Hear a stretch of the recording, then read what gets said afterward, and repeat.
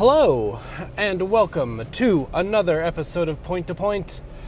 It's the show where I go from one point to another and try to get to the point. Today's point. Should we talk about Highguard? Alright, let's talk about Highguard. Today's point is I continually hate layoffs and the larger material reasons they happen in. I think the episode is out now. Came out Wednesday, I think, if I get our recording schedule right. Where I kind of we talked about Highguard for a bit on the Content Mill. One of our co-hosts and friends, Nate, has been playing it since it came out and is pretty high on that game. You can actually watch me in real time learn what Highguard is. And it sounds cool, I think is the bigger thing there, which is quite unfortunate because if you haven't been paying attention, but odds are if you're listening to this teeny tiny podcast about the games industry, you are, most people who worked on Highguard have been laid off. That game is, it seems like, in maintenance mode, or at least they have cut a bunch of talent so that they can have a more positive balance sheet, and then, maybe the game continues. It seems like the player count has dropped off dramatically based on Steam charts, which, whatever. And this is happening kind of at the same time that Arc Raiders continues to be the game du jour, and also as Marathon was re-shown at the Sony State of Play yesterday.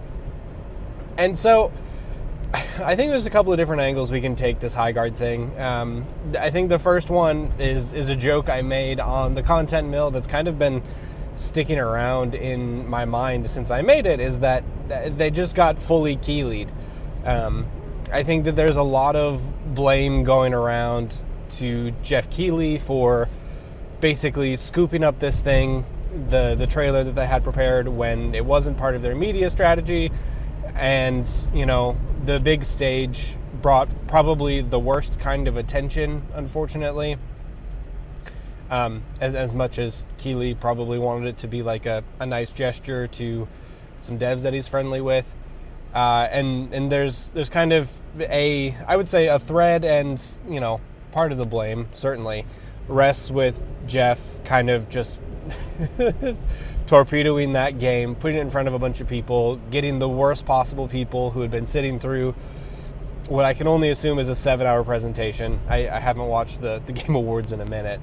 And then hitting them with this game that was kind of out of the blue, unknown, and wasn't hopping off the page like people wanted. I think there's certainly a part of that's expectation management and what that game ended up becoming in the public consciousness, not what it actually was. And I think that kind of set the tone for Highguard. I also think that there's a couple of things here, and it's kind of the Concord problem.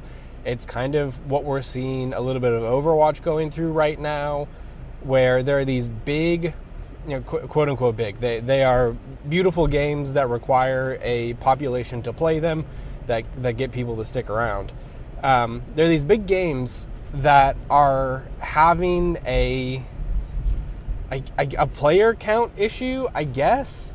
They're just really struggling to find the players that they need to stay alive in the way that they need to, which is a good and bad problem, I guess. It's bad for the games.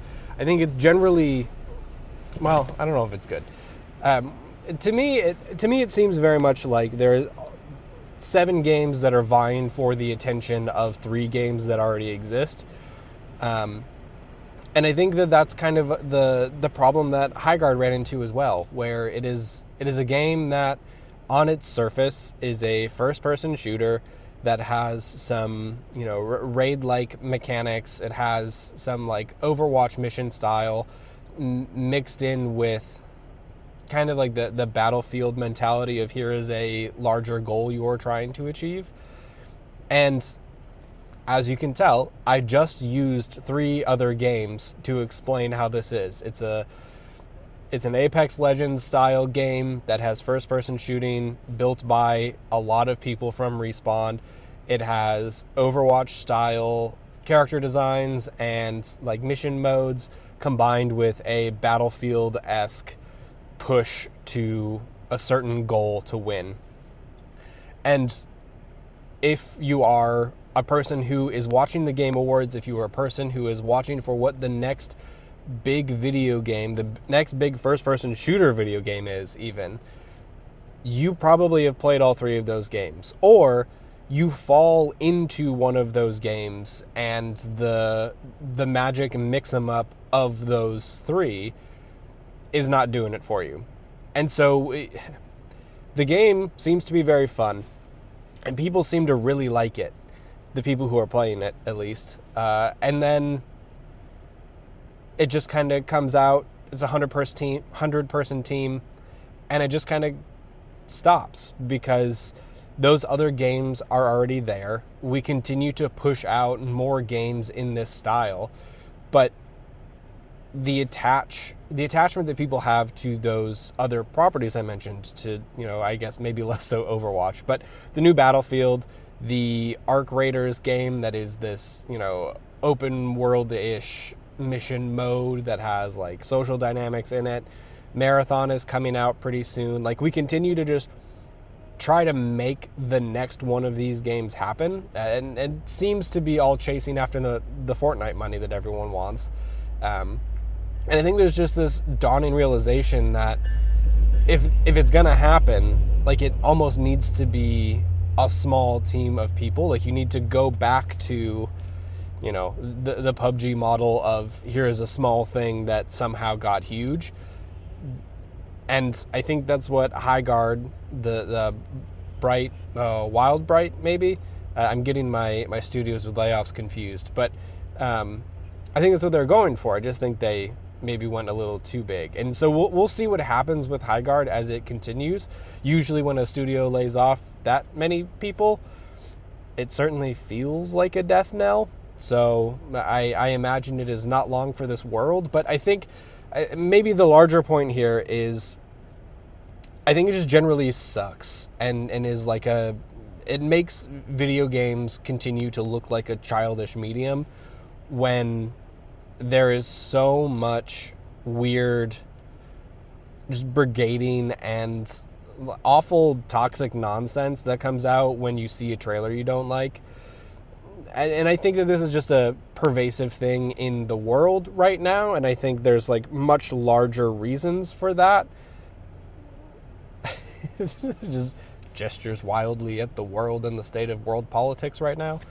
But I think it makes, video games look especially bad because, video game players tend to be quite online, and they tend to, we're getting into vast generalizations here, but the media about enjoying video games kind of falls into a couple of different camps. There is the much smaller segment of people who just want to talk about the games they like emphatically and enthusiastically, people who are trying to raise the medium up, trying to like highlight indies or exciting things in mainstream games.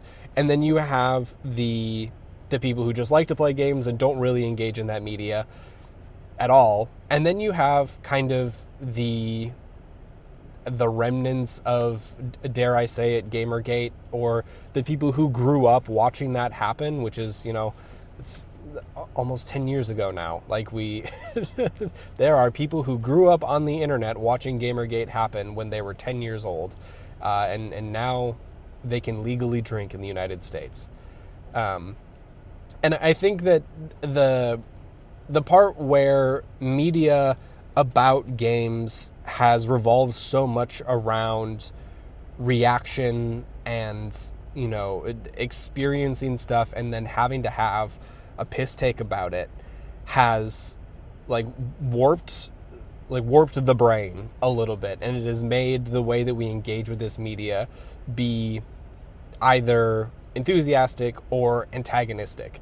And I think that that's the part where Highguard kind of falls down for me, or where the problem with Highguard is that game seems fine. It didn't really like do anything for me when I saw the reveal. When I heard people talking about it, it sounded cool. I think that there's like a larger marketing problem around most games these days. Like, I did not know it was free to play for the longest time. That seems like a problem of your free to play game. But that game was the laughing stock of a particular part of the internet, of the gaming internet, simply because it was in Geoff Keighley's show and looked the way that it did, and they didn't get to tell their whole story, which is a marketing problem, sure. It's also a little bit of a Geoff problem for kind of upending their whole entire thing. This huge hype moment of coming out with the next top secret game by a bunch of ex-Apex devs, you know, we kind of lost it because of Geoff Keighley wanting to put it in a show, which I think there's some stuff to dig into there. But I think the part that is like ultimately not doomed, but has like set the tone on Highguard is that very militantly angry, negative part of the gaming public that sees a new thing that is taking a bunch of other things they like and mixing it up, and they find one thing they don't like about it, and instead of just saying, well, I don't like that, that's fine, I'll go back to doing whatever I was doing, they have to be incredibly loud about it on the internet. And I think that is just an unfortunate part of gaming culture these days. Those people just thrive because the algorithms and the mechanisms by which you can make money on the internet, like that's what YouTube, like that is a very large part of what YouTube is. That is a very large part of what TikTok and what Twitch is. Like quick reactions and explosive emotions, whether positive or negative, are the things that get the likes and get the interaction. And so it kind of feels like Highguard died because gamers suck. And once you can like 1 to 2 to 3 that and realize that, you know, there are tens, probably close to 100 people in like working on Highguard, we didn't even talk about this, the Long Dark dev has laid off some people because their project is taking too long, the Long Dark 2. The dev behind GTFO, the 4-person spooky extraction game, they're laying off people this week. Like, there are 3 layoffs of indie level games.